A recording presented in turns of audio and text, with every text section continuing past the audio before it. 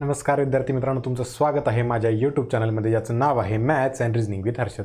आपण आपल्या चॅनलच्या माध्यमातून अंकगणित आणि बुद्धिमत्ता या विषयावरील सर्व टॉपिक आपल्या सोप्या पद्धतीने आणि काही ट्रिक्सच्या आधारे सॉल्व कसे करू शकतो यावर चर्चा करतो. तर आपली ही जी सिरीज आहे, ज्याला आपण असं म्हणूया की या काही ज्या येणाऱ्या कंबाईनच्या मुख्य परीक्षा आहेत, भले ती गट ब असू दे किंवा गट क असू दे, तर त्यामध्ये आपल्याला अंकगणित आणि बुद्धिमत्ता आणि खास करून गट ब च्या ज्या मुख्य परीक्षा आहेत PSI SO STI च्या, तर त्यामध्ये बुद्धिमत्ता असा एक सेपरेट आपल्याला टॉपिकच दिलेला आहे. त्यामुळे मुख्य परीक्षेच्या लेवलचे काही थोडे हाय लेवलचे प्रश्न की आपल्याला नेहमी जे विचारले जातात त्यापेक्षा थोडे अवघड असे प्रश्न आपण या ठिकाणी घेत आहोत. तर पहिला पार्ट आपण ऑलरेडी अपलोड केला आहे, ज्यामध्ये आपण सिलॉलिझमचा पहिला पार्ट बघितलेला आहे की आपण कशा पद्धतीने थोडे लेंदी सिलॉलिझमचे जे क्वेश्चन असतात ते कसे सॉल्व्ह करू शकतो हे बघू शकतो आपण. त्यात इथे तुम्हाला आय बटनावर देखील ते मिळून जाईल. आणि आज आपण जे बघणार आहोत ते सिलॉलिझमचा जो आहे तो पार्ट 2 असणार आहे, की ज्यामध्ये आपण शक्यता किंवा पॉसिबिलिटीच्यावर आधारित जे काही प्रश्न असतात की आपल्याला ह्याच्यामध्ये निष्कर्षामध्ये अशा प्रकारची शक्यता असू शकते, अशा प्रकारची जी वाक्य असतात शक्यता दर्शक.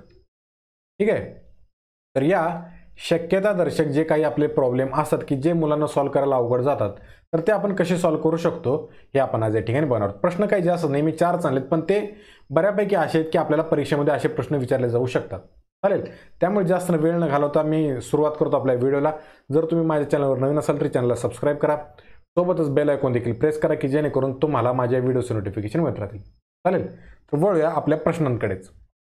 तर पहिला जो प्रश्न आहे आपला की ज्यामध्ये बघा आपल्याला असं दिलेलं आहे विधान, कोणतीही सीट ही नळी नाही. म्हणजे सीट आणि नळी यामध्ये नोच रिलेशन दिलं आहे, कोणतीही नाही. म्हणजे आपल्याला ते कसं दाखवावे लागतील, तर हा झाला पहिला सर्कल, तो कशासाठी झाला तर तो झाला सीटसाठी, आणि दुसरा सर्कल झाला आपला तो झाला नळीसाठी. बरोबर, म्हणजे सीट आणि नळी यामध्ये दोघांमध्ये कोणतंच रिलेशन नाही. पुढं कोणतीही नळी घोडा नाही, म्हणजे इथे नळी आणि घोडा मध्ये नोच रिलेशन आलं. पुढे कोणताही घोडा पेन नाही, म्हणजे कोणताही घोडा हा पेन नाही. म्हणजे या ठिकाणी बघा हे जे चारही सर्कल आहेत, सीट, नळी, घोडा आणि पेन. बरोबर, सीट, नळी, घोडा आणि पेन हे वेगवेगळे सर्कल येणार की जे एकमेकांना कुठेही छेदणार नाहीत. बरोबर, तर आता बघूया निष्कर्ष आपल्याला काय दिले. निष्कर्ष पहिला काय म्हणतो, काही सीट या पेन आहेत. बरोबर, आता बघा हे झालं सीट आणि हे झालं पेन. या दोघांमध्ये बघायला गेलं तर आपल्याला कोणतंच आता डायरेक्ट रिलेशन दिसत नाही आहे. बरोबर, म्हणजे ते कुठेही एकमेकाला टच होत आहेत वगैरे असं काही दिसत नाही, इंटरसेक्ट होत आहेत असं. त्यामुळं आपलं पहिलं जे निष्कर्ष आहे तर ते या ठिकाणी फेल ठरतं, कारण त्यामध्ये दोघांमध्ये आपल्याला असं डायरेक्ट कोणतंच रिलेशन दिसत नाही आहे. त्यामुळं आपलं पहिलं निष्कर्ष तर फेल गेलं. दुसरं बघूया, काही नळ्या पेन असण्याची शक्यता आहे. आता इथे बघा तुम्ही, इथे काय शब्द आलेला आहे, हा आहे शक्यता, पॉसिबिलिटी. आपल्याला काय विचारलंय, काही नळ्या पेन असण्याची शक्यता आहे, म्हणजे असलंच पाहिजे असं आपल्याला विचारलेलं नाही किंवा आहेत असं डेफिनेटली सांगितलेलं नाही. आपल्याला काय विचारलं त्यांनी, शक्यता आहे का हे तुम्ही फक्त चेक करा. म्हणजे काही नळ्या पेन आहेत ही आपल्याला फक्त शक्यता बघायची आहे. चालेल, आता इथे बघा या डायग्राम प्रमाणे जर आपण विचार केला तर या ठिकाणी नळी आणि पेन या दोघांमध्ये डायरेक्ट रिलेशन दिसत नाही आहे इथं. बरोबर, पण मी तुम्हाला एक इथं दुसरी पॉसिबिलिटी काढून दाखवतो की ज्यामध्ये आपल्याला असं म्हणता येईल की काही नळ्यांचा भाग पेन असू शकतात. दुसऱ्या केसमध्ये ही झाली आपली पहिली केस.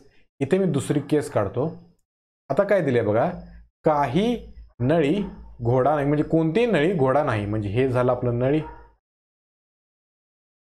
आणि यामध्ये नोच रिलेशन आलं कशासोबत, तर ते आलं घोड्यासोबत. म्हणजे इथं झाला घोडा. पुढे कोणताही घोडा पेन नाही. तर आता बघा इथे मी या ठिकाणी जर असं पेन काढलं आणि इथे घोडा आणि पेन यामध्ये नोच रिलेशन आलं.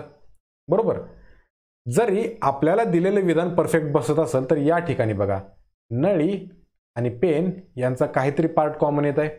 म्हणजे अशी एक पॉसिबिलिटी बनू शकते, अशी एक शक्यता होऊ शकते की ज्यामध्ये काही नळ्यांचा भाग हा पेन असू शकतो ह्या पहिल्या आपल्या ठरलेल्या कंडिशन प्रमाणे होत नाही, बरोबर आहे. पण अशी एखादी कोणती तरी कंडिशन आहे की ज्यामध्ये आपल्याला नळी आणि पेन यांचा कोणता तरी कॉमन पार्ट मिळतोय आपल्याला या ठिकाणी. म्हणजेच काही नळ्या हे पेन असण्याची शक्यता एका तरी पॉसिबिलिटीमध्ये होते आपल्या, किंवा एका तरी आपल्या वेन डायग्राममध्ये बनते. याचा अर्थ या ठिकाणी आपल्याला इथे शक्यता हा शब्द लागला, त्या ठिकाणी ते वाक्य जर अर्ध जरी सत्य असेल तरी आपण ते विधान कन्क्लुजन ते लागू होतं असं म्हणू शकतो. याचा अर्थ या ठिकाणी बघा हे जे दुसरं निष्कर्ष आहे ना, तर ते या ठिकाणी लागू होतं, कारण बऱ्याच साऱ्या पॉसिबिलिटीजमधल्या एका जरी पॉसिबिलिटीमध्ये आपल्याला दिलेलं वाक्य किंवा दिलेलं निष्कर्ष लागू होत असेल आणि त्यापुढे आपल्याला शक्यता आहे असं शब्द दिला असेल तर त्यावेळी ते निष्कर्ष लागू होतं. याचा अर्थ आपलं जे दुसरं निष्कर्ष आहे ना ते लागू होत आहे. आता ऑप्शन बघूया आपण. फक्त इथं 2 वेळा झाले, इथं सिंगल पाहिजे, इथं फक्त एक निष्कर्ष फॉलो करतो, फक्त निष्कर्ष 2 फॉलो करतो, 1 किंवा 2 फॉलो करतो, कोणताही निष्कर्ष पाळत नाही, 1 आणि 2 दोन्ही निष्कर्ष फॉलो होतात. तर या ठिकाणी बघा पहिलं तर आपलं होत नाही, कारण ते डायरेक्ट स्टेटमेंट दिलेलं आहे, त्यामध्ये शक्यता असं काही दिलेलं नाही आहे. त्यामुळे या ठिकाणी फक्त निष्कर्ष 2 लागू होतं. हे आपलं ऑप्शन नंबर बी या प्रश्नाचं बरोबर उत्तर असलं पाहिजे. ठीक आहे, ते थोडं आपली प्रिंटिंग मिस्टेक आहे त्यामुळे तुम्ही ते बघू नका. पहिलं दुसरं, पहिलं किंवा दुसरं दोन्ही नाहीत किंवा दोन्हीही फॉलो करतात अशा पद्धतीने आपले ऑप्शन आहे ते 5, बरोबर. पण या ठिकाणी हे शक्यता हा जो शब्द आहे ना हा इथे ॲड झाला असल्यामुळे हे जे अर्धसत्य असलेले वाक्य आहे ना ते देखील शक्यता या शब्दामुळे बरोबर आपला निष्कर्ष लागू होतो. त्यामुळे ऑप्शन नंबर बी हे आपल्या प्रश्नाचं बरोबर उत्तर आहे. जसजसे आपण पुढचे प्रश्न बघू तसतशा तुम्हाला या कन्सेप्ट क्लिअर होतील की आपण कशा वेगवेगळ्या शक्यता किंवा वेगवेगळ्या पॉसिबिलिटीज बनवू शकतो. चालेल, पुढचा प्रश्न बघा. पुढचा प्रश्न काय सांगतो आपल्याला, काही वटवाघूळ घुबड आहेत, बरोबर. काढूया आपण डायग्राम.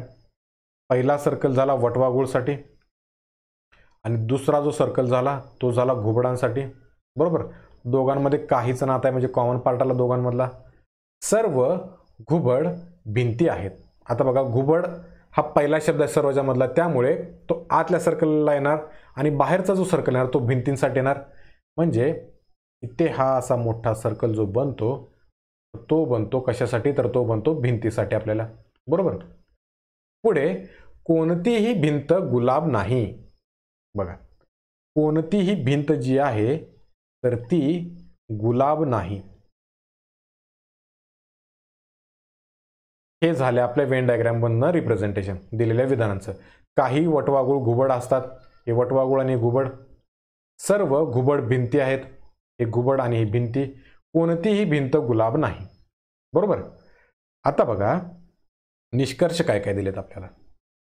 पहिला निष्कर्ष काय सांगतो, सर्व वटवाघूळ भिंती असण्याची शक्यता आहे. आला शब्द आपला महत्वाचा, शक्यता, बरोबर. काही वटवाघूळ भिंती असण्याची शक्यता आहे. आता हे बघा वटवाघूळ आणि भिंत आपल्याला काय दिले, सर्व वटवाघूळ ही भिंती असण्याची शक्यता आहे. म्हणजे वटवाघूळ आत, ठीक आहे, आणि बाहेरच्या बाजूला काय येणार, बाहेरच्या बाजूला येणार भिंत, बरोबर. अशा प्रकारची आपली डायग्राम असली पाहिजे. पण या ठिकाणी हा एवढाच पार्ट कॉमन येतोय, त्यामुळे जर आपल्याला विचारलं की सर्व वटवाघूळ भिंती आहेत तर हे लागू होत नाही. पण इथे बघा हा शब्द वाढलेला आहे शक्यता, आणि आपल्याला वटवाघूळ आतल्या बाजूला आणि भिंती बाहेरच्या बाजूला सर्कल असं ड्रॉ करायचं आहे, बरोबर. तर दुसऱ्या पॉसिबिलिटीमध्ये बघा आपण कसं करू शकतो. या ठिकाणी मी हा पहिला पार्ट तेवढा इथे सेपरेट काढून घेतो. कोणता, वटवाघूळ, घुबड आणि भिंत याचा. पण ते कसं वेगळ्या पद्धतीने आपण दाखवून ही पॉसिबिलिटी खरी करू शकतो हे तुम्हाला दाखवतो मी. पहिलं वाक्य काय आपलं, काही वटवाघूळ जे आहेत ना तर ते काय आहेत, घुबड आहेत. म्हणजे हे झालं वटवाघूळ आणि हे झालं घुबड, बरोबर. पुढचं विधान काय आहे, सर्व घुबड भिंती आहेत, बरोबर. म्हणजे घुबड आतल्या बाजूला येणार आणि भिंत बाहेरच्या बाजूला येणार. पण जर मी घुबड असं दाखवलं तर, भिंत अशी दाखवली तर मोठ्या सर्कलमध्ये, म्हणजे सर्व घुबड हे भिंती आहेत हे तर आपलं सिद्ध होतच आहे इथे, बरोबर. हे झालं भिंती आपल्या. पण यासोबतच ह्या दुसऱ्या पॉसिबिलिटीमध्ये ही झाली आपली दुसरी पॉसिबिलिटी, ही झाली पहिली पॉसिबिलिटी. यामध्ये सर्व वटवागुळ भिंती आहे, त्याचा अर्थ वटवागुळाचा जो सर्कल आहे तो भिंतींच्या पूर्ण सर्कलच्या आत आला पाहिजे, जे की आपल्या इथं बनते. वटवागुळ आपला आतमध्ये आणि भिंती बाहेरच्या बाजूला आहे. बरोबर, ही एक पॉसिबिलिटी बनून गेली ना आपली, कारण दिलेले तर विधाने आपले फॉलो होतात या ठिकाणी. सर्व घुबड्या भिंती म्हटल्यावर घुबड आतल्या बाजूला आणि भिंत बाहेरच्या बाजूला. बरोबर, पण त्यासोबतच जर अशी पहिली आपण पॉसिबिलिटी बघितली तर यामध्ये वटवागुळांचा काही भाग भिंतीच्या बाहेर राहतो.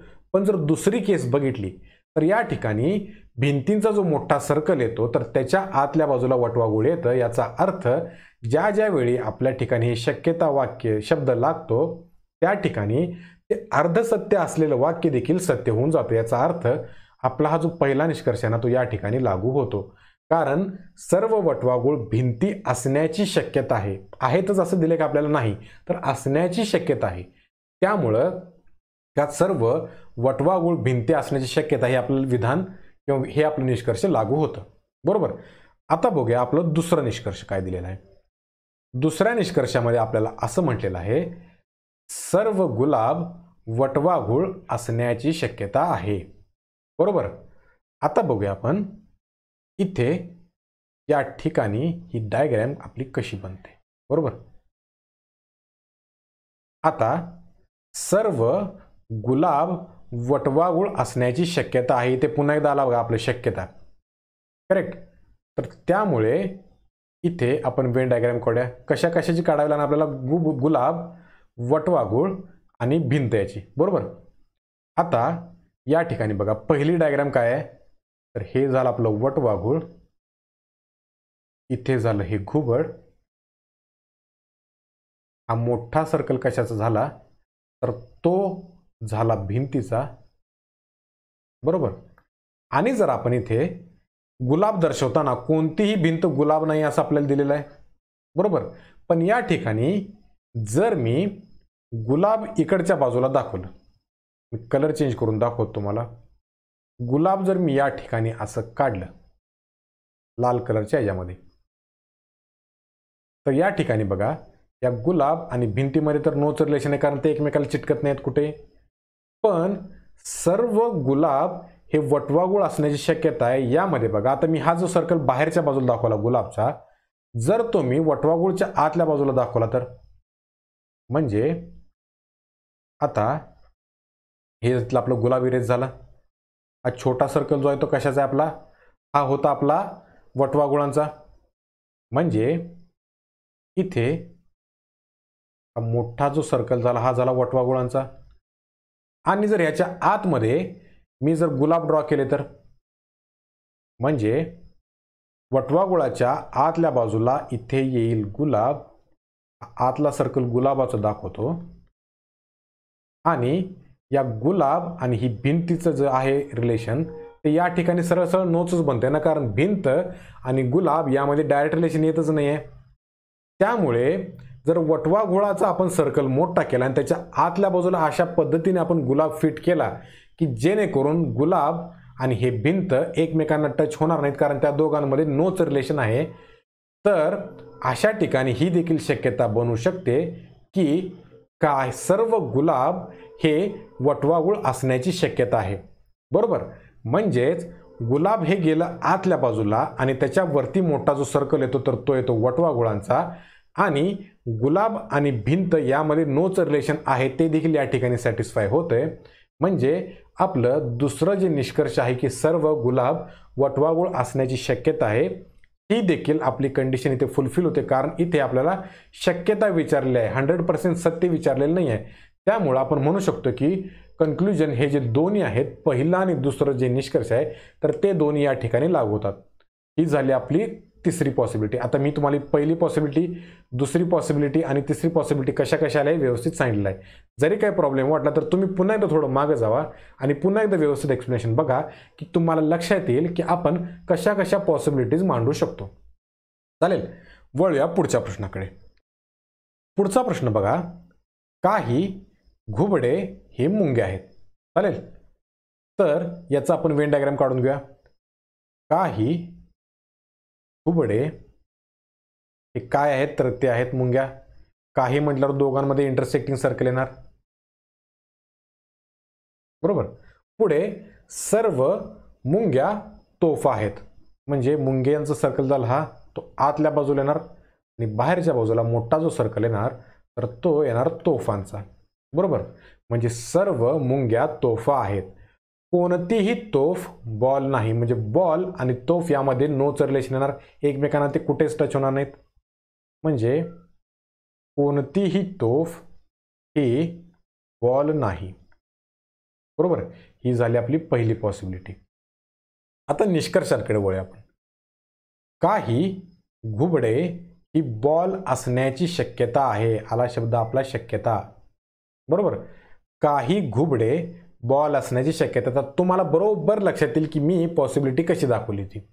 जर समजा मी बॉल या ठिकाणी न दाखवता जर मी या ठिकाणी दाखवला, इथे बघा या निळ्या कलरमध्ये मी बॉल दाखवला, तर या ठिकाणी देखील हे बॉल आणि तोफा यामध्ये नोचं रिलेशन राहणार आहे. कारण बॉल आणि तोफा एकमेकांना कुठंच छेदत नाही आहेत. बरोबर. किंवा एकमेकांना टच करत नाही आहेत.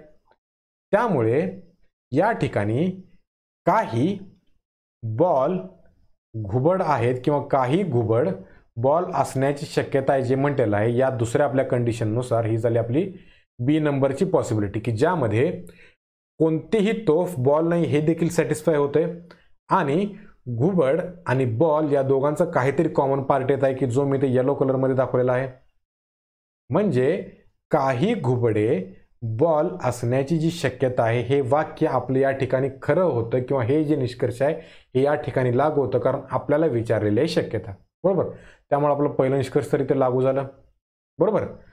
पुढचं निष्कर्ष बघूया काय दिले आपल्याला. सर्व तोफ या मुंग्या आहेत. आता या ठिकाणी बघा आपल्याला स्टेटमेंट काय दिलंय, सर्व मुंग्या तोफ आहेत. पण इथे उलट विचारले. मी तुम्हाला आधीच्या व्हिडिओमध्ये देखील सांगितले की जर सर्व एक्स हे वाय आहेत अशा पद्धतीचं जर वाक्य असेल तर ते आपण रिव्हर्स करताना कसं होतं तर काही वाय हे एक्स आहेत अशा पद्धतीने कन्वर्ट होत असतं. पण सर्व वाय हे एक्स आहेत असं अजिबातच होत नाही. त्यामुळे सर्व तोफ मुंग्या आहेत हे जे आपलं कन्क्लुजन आहे हे या ठिकाणी लागू होत नाही कारण ते आपल्या बेसिक सिलोजिझमला बरोबर चुकीचं ठरवून देतं. त्यामुळं दुसरं आपलं कन्क्लुजन इथं गेलं. बघूया तिसरं कन्क्लुजन. काही तोफा नक्कीच बॉल असतात. म्हणजे काही तोफा या नक्कीच बॉल असतात. म्हणजे काही तोफा या बॉल आहेत असं आपल्याला दिलेलं आहे. बरोबर. पण आपल्याला तर तोफ आणि बॉल यामध्ये कोणतेही नाही किंवा नोचं रिलेशन दिलेलं आहे. हे आपलं नोचं रिलेशन आहे. पण कन्क्लुजन काय म्हणतं, काही तोफा नक्कीच बॉल आहेत. हे तर आपण म्हणू शकत नाही कारण दोघांमध्ये जर नोचं रिलेशन असेल तर काही किंवा सम याचा संबंधच येत नाही या ठिकाणी. बरोबर. त्यामुळं आपलं इथलं तिसरं निष्कर्ष देखील लागू होत नाही. म्हणजे फक्त एक निष्कर्ष या ठिकाणी लागू होतं. याचा अर्थ ऑप्शन नंबर ए की फक्त एक निष्कर्ष लागू होतं हे आपल्या या प्रश्नाचं बरोबर उत्तर आहे. आलं लक्षात. या ठिकाणी हे देखील पहिलं जे आपलं कन्क्लुजन आहे किंवा निष्कर्ष पहिला जो आहे ते फक्त शक्यता असल्यामुळंच हे वाक्य आपलं किंवा हे कन्क्लुजन आपलं लागू होतं. जर डायरेक्ट आपल्याला असं दिलं असतं की काही घुबड बॉल आहेत एवढं जर आपल्याला दिलं असतं तर ते या ठिकाणी लागू झालं नसतं कारण ते आपलं 100% सत्यवाक्य होत नाही. बरोबर. बघूया पुढचा प्रश्न. पुढचा प्रश्न बघा काय दिले आपल्याला. सर्व पिशव्या साधने आहेत. म्हणजे पिशव्या आला आपल्या आतल्या बाजूला आणि मोठा सर्कल जो येणार तो येणार साधनांचा. हे तुम्हाला समजण्यासाठी साधना पिशवी वगैरे असे मोठे लिहितोय बरं काय मी. तुम्ही काहीतरी शॉर्टकट वापरायचं परीक्षेमध्ये वेळ जास्त घालवत बसायचं नाही बरं काय. पुढे काही साधने नाणी आहेत. बरोबर. हे या ठिकाणी बनलं काही साधने ही नाणी आहेत. पुढे काही नाणी बाहुल्या आहेत. काही नाणी बाहुल्या आहेत. म्हणजे नाणी आणि बाहुल्यांमध्ये असं रिलेशन आलं. बरोबर. तर आता बघूया आपण कन्क्लुजन कसं येईल. ही आपली पहिली पॉसिबिलिटी झाली ए नंबर. पहिलं कन्क्लुजन काय म्हणतं आपल्याला, सर्व पिशव्या नाणी असण्याची शक्यता आहे. शक्यता आला शब्द आपला. सर्व पिशव्या हे नाणी असण्याची शक्यता आहे. बरोबर. आता या ठिकाणी बघा मी एक पॉसिबिलिटी यामध्येच तुम्हाला दाखवतो, कारण तुम्हाला तेवढं लक्षात येऊ लागले की पॉसिबिलिटी आपण कशा दर्शवतो. जर समजा सर्व साधने नाणी आहेत, मी जर अशा पद्धतीने दर्शवलं तर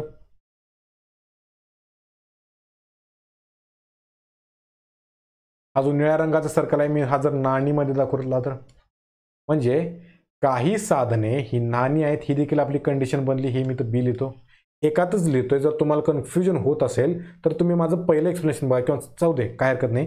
मी या ठिकाणी तुम्हाला नवीन पॉसिबिलिटी काढूनच दाखवतो. तुम्ही आणि मला नंतर कमेंटमध्ये विचारत बसाल किंवा तुम्हाला समजणार नाही, ते मला नको आहे. चालेल, त्यामुळं मी या ठिकाणी नवीन पॉसिबिलिटीत घेऊन दाखवतो. आता बघा, ही झाली आपली दुसरी पॉसिबिलिटी. यामध्ये काय, पहिला सर्कल झाला हा पिशवीचा, पुढे सर्व पिशव्या साधने आहेत म्हणजे मोठा सर्कल झाला हा साधनांचा, आणि काही साधने नाणी आहेत. आता या ठिकाणी काही साधने ही नाणी आहेत, बरोबर. आता हे पिवळ्या रंगाचं जे आहे ना, तर ते आहेत नाणी. हा आतला सर्कल आहे तो पिशव्यांचा आहे, आणि हा मोठा जो सर्कल आहे तर तो साधनांचा आहे, टूल्स म्हणूया आपण त्याला. तर या ठिकाणी बघा, सर्व पिशव्या नाणी असण्याची शक्यता आपल्या पॉसिबिलिटी झाली दुसऱ्या बी नंबरमध्ये, कारण हा पिशव्यांचा जो सर्कल आहे तो आतल्या बाजूला गेलाय बघा इथं, आणि नाण्यांचा सर्कल मोठा आलाय. पण आपल्याला दिलेलं विधान देखील या ठिकाणी फॉलो होतं की काही साधने नाणी आहेत. त्यामुळे या दुसऱ्या पॉसिबिलिटीनुसार ज्या ठिकाणी शक्यता आली त्याचबरोबर हे आपलं पहिलं निष्कर्ष या ठिकाणी लागू पडतं. सर्व पिशव्या नाणी असण्याची शक्यता आहे, बरोबर. पुढचं कन्क्लुजन बघूया. किमान काही बाहुल्या टेबल आहेत. हे किमान बिमान वगैरे जे शब्द आलेत ना, तर त्याला आपण सरसकट काही किंवा सम या वाक्यामध्येच कन्वर्ट करायचं. ॲटलिस्ट सम बाहुल्या आर टेबल असंही कन्वर्जन होईल. ॲटलिस्ट सम डॉल्स आर टेबल, बरोबर. पण या ठिकाणी बघा, हा मुद्दाम ते शब्द ॲड केलेला आहे, जो आहे आपला टेबल. आपल्याला दिलेल्या जी विधान आहे त्यामध्ये टेबलाचं कुठं काही जिकर दिलाय का, किंवा आपल्याला टेबलाचं काही मेन्शन आहे का यामध्ये. आपल्याला कशा कशाबद्दल माहिती दिल्या तर ती दिली आहे पिशवी, हे साधने म्हणजे टूल्स, आणि नाणी आणि बाहुल्या. या चार गोष्टींबद्दलच आपल्याला सांगितलेलं आहे. टेबलाबद्दल आपल्याला विधानांमध्ये कुठं सांगितलं नाही. जर समजा विधानांमध्ये कोणताही नसलेला शब्द जर अचानकपणे निष्कर्षामध्ये येत असेल तर डोळे झाकून ते निष्कर्ष फॉल्स ठरवून टाकायचा, पण लागू पडत नाही ते. कारण ज्या गोष्टीबद्दल माहिती नाही आपल्याला त्याबद्दल आपण कसं काय कन्क्लुजन काढू शकतो. आताच्या पोरांच्या डोक्यांबद्दल काय सांगतात आपल्याला माहीत नसताना देखील पोरं आपलं मत देतात हाणून, पण त्या सिलॉलिझमच्या बाबतीत आपण तसं करायचं नाही. या ठिकाणी बघा, टेबलाच्या बाबतीत आपल्याला कोणत्याही विधानामध्ये दिलेलं नाही आहे. याचा अर्थ हा आपल्याला विधानामध्ये दिलेला नसलेले शब्द आहे, त्यामुळे हे सरळ सकट आपलं कन्क्लुजन लागू पडत नाही. ते न चेक करताच आपण चुकीचं म्हणून द्यायचं. आलं लक्षात. परत एकदा सांगतो, विधानांमध्ये नसलेला शब्द जर आपल्याला कुठेही कन्क्लुजनमध्ये आला तर सरळ सरळ ते आपण कन्क्लुजन आपण लागू होत नाही किंवा फॉलो होत नाही असं लिहून टाकायचं. आलं का लक्षात. त्यामुळे या प्रश्नामध्ये बघा, फक्त सर्व पिशव्या नाणी असण्याची शक्यता आहे, हे जे काही आपलं पहिलं कन्क्लुजन आहे फक्त तेच लागू होतं. म्हणजे ऑप्शन नंबर 1 फक्त पहिलं कन्क्लुजन लागू होतं. हे आपल्या प्रश्नाचं बरोबर उत्तर आहे. चालेल, बहुतेक हाच आपला शेवटचा प्रश्न आहे. तर त्यामुळे आता हा व्हिडिओ संपवण्याआधी मी तुम्हाला काही गोष्टी सांगतो बघा. आता आपण कसं शक्यतांच्या बद्दलचे जे प्रश्न बघितले, पण जर समजा या ठिकाणी आता हा पहिलाच प्रश्न घेऊया आपण, ठीक आहे. ही आपली कन्क्लुजन झाली होती डायग्रॅम. पण जर समजा आपल्याला असं विचारलं, ही नको घ्यायला, तुम्हाला लक्षात येणार नाही. हा दुसरा प्रॉब्लेम बघूया आपण. आता जर समजा आपल्याला असं एक वाक्य दिलं की सर्व काही वटवाघूळ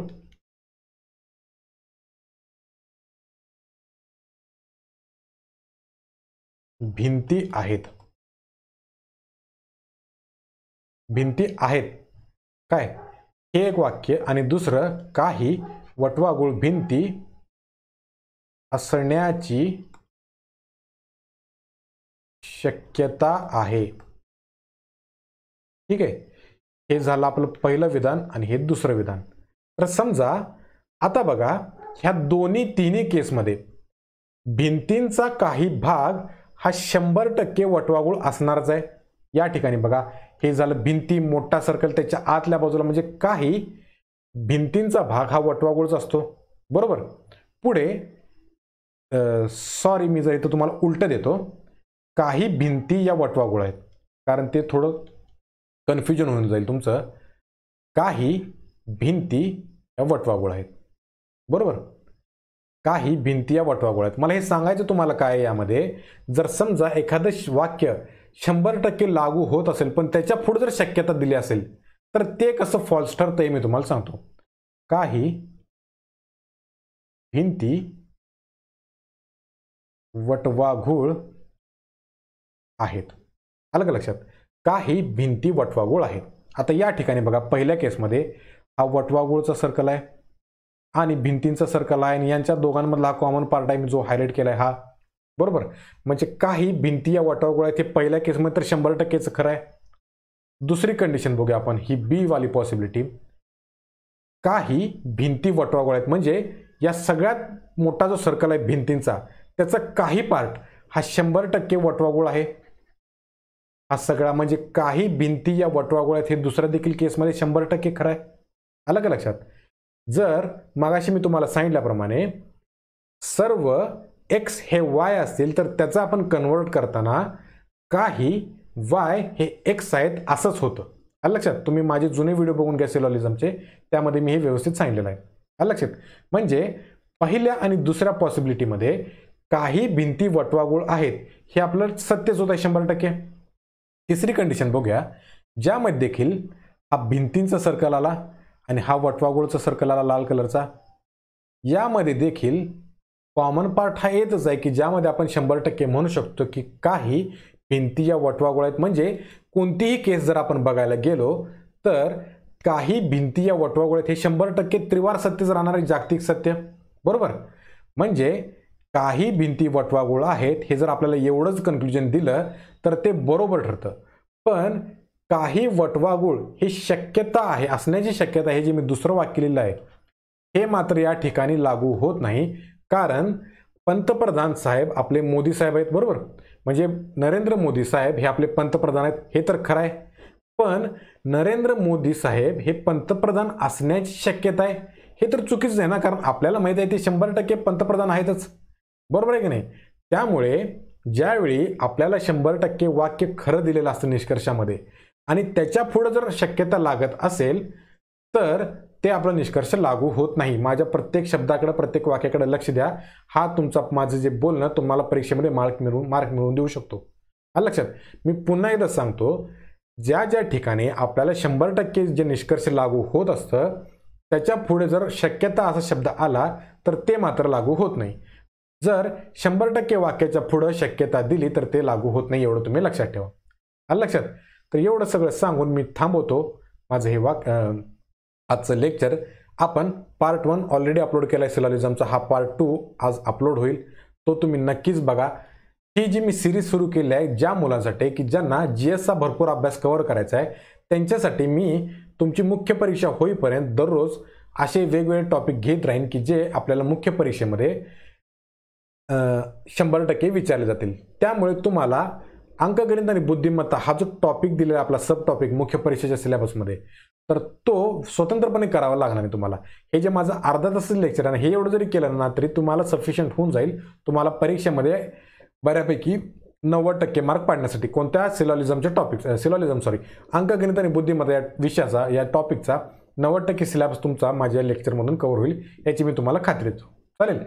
तर आज या ठिकाणी मी थांबतो. जर तुम्ही माझ्या चॅनलवर नवीन असाल तर माझ्या चॅनलला सबस्क्राईब करा, सोबतच बेल आयकॉन देखील प्रेस करा की जेणेकरून तुम्हाला माझ्या व्हिडिओचे नोटिफिकेशन मिळत राहतील. माझा व्हिडिओ आपल्या इतर मुख्य परीक्षेला अपेअर होणाऱ्या विद्यार्थ्यांना देखील पाठवा की जेणेकरून त्यांना देखील आपल्या या गोष्टीचा फायदा होईल. चालेल? तर आज या ठिकाणी मी थांबतो. जय हिंद, जय महाराष्ट्र. अभ्यास करत राहा, कट ऑफच्या मागे वगैरे लागत बसू नका, अभ्यास पूर्ण आपला कव्हर करून घ्या. चालेल? थँक्यू.